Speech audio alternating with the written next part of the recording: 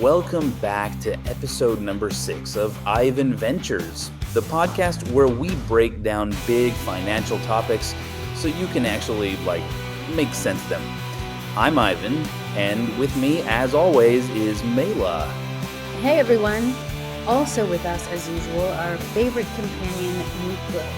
So glad to be here, especially for today's topic. It sounds a little bit heavy, to be honest.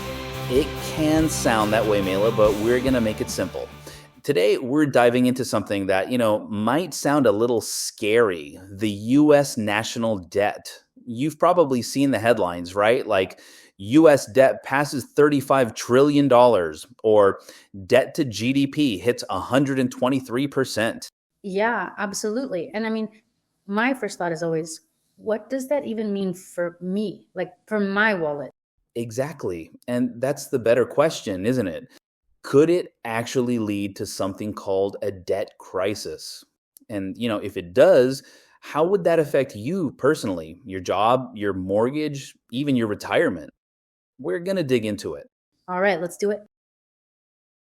So, first things first, let's keep this really, really simple.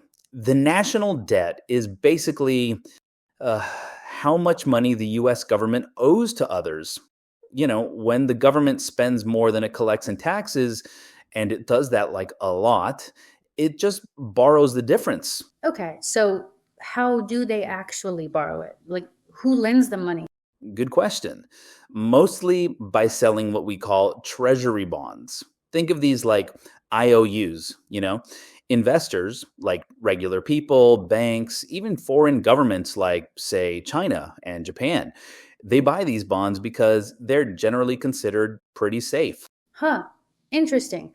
So it's not just like other countries, it's individuals too. Exactly. So far, so good, right? But when the government keeps borrowing more and more without really fixing that gap between spending and taxes, that's where, problems really start to brew. Makes sense. So a debt crisis, what exactly is that in plain English? Here's where it gets interesting, Mela. A debt crisis really happens when people start to worry that the U.S. just won't be able to pay back what it owes, or, that the value of the dollar will just drop. Oh, so it's about trust. Precisely. When that trust is shaken, investors will start to demand higher interest rates to keep lending money.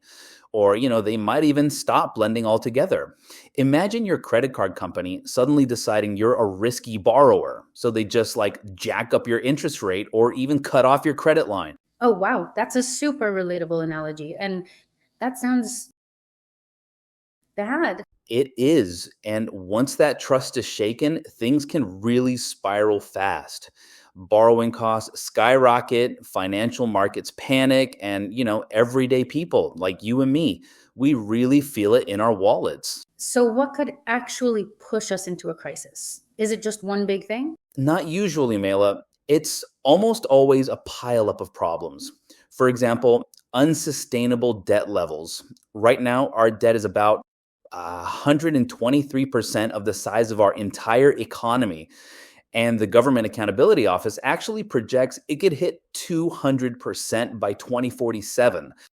Just for comparison, Greece, faced a major crisis in 2010 when their debt was around 170% of GDP. Wow, that's a pretty stark comparison. So what else? Then there's loss of investor confidence. If investors don't believe the U.S. can manage its debt, they'll demand higher returns. This actually happened back in 2011 when Standard & Poor's downgraded the U.S. credit rating after a nasty debt ceiling fight in Congress.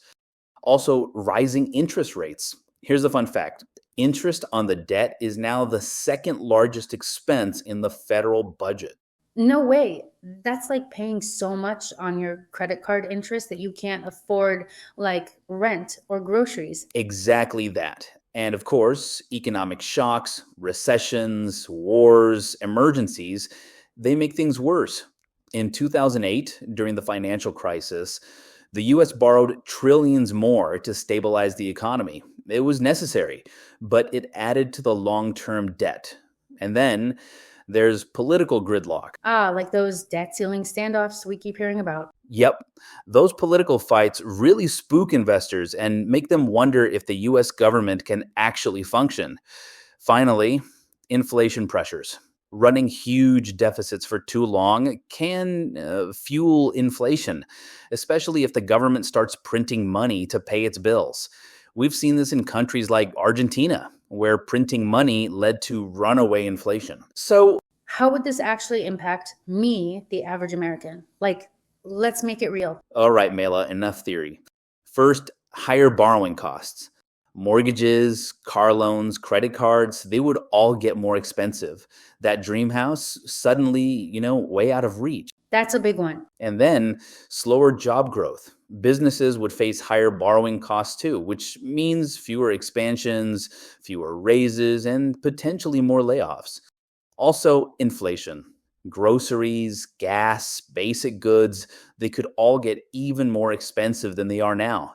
Your paycheck just wouldn't stretch as far. Ugh, don't even want to think about that. And then cuts to government programs. If the government spends more on interest, it has less for crucial programs like Social Security, Medicare, education, and infrastructure. And perhaps most importantly for many, retirement savings. A debt crisis could trigger market volatility, really cutting into your 401k or IRA, just when you need that money the most. So, why should we care now? I mean, some people say the US has always had debt. What's the big deal? True. And the US does have a unique advantage. The dollar is the world's reserve currency. That means other countries really need dollars for trade, which traditionally makes US debt more attractive. But there's a catch, right? There is. That dominance isn't permanent, Mela. The dollar share of global reserves has actually been declining over the years.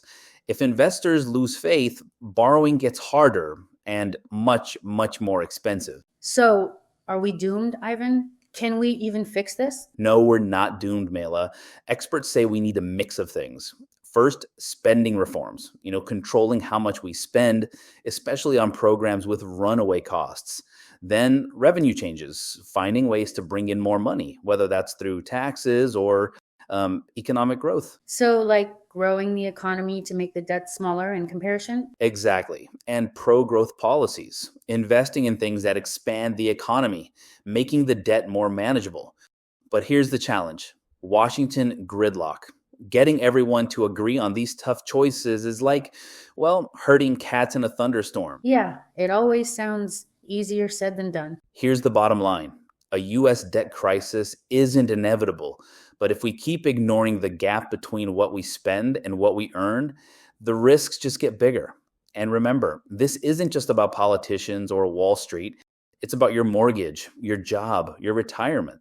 So please stay informed, plan for higher costs, diversify your finances, because the more prepared you are, the better you can weather whatever comes. Exactly. Thanks for tuning into IvanVentures Podcast.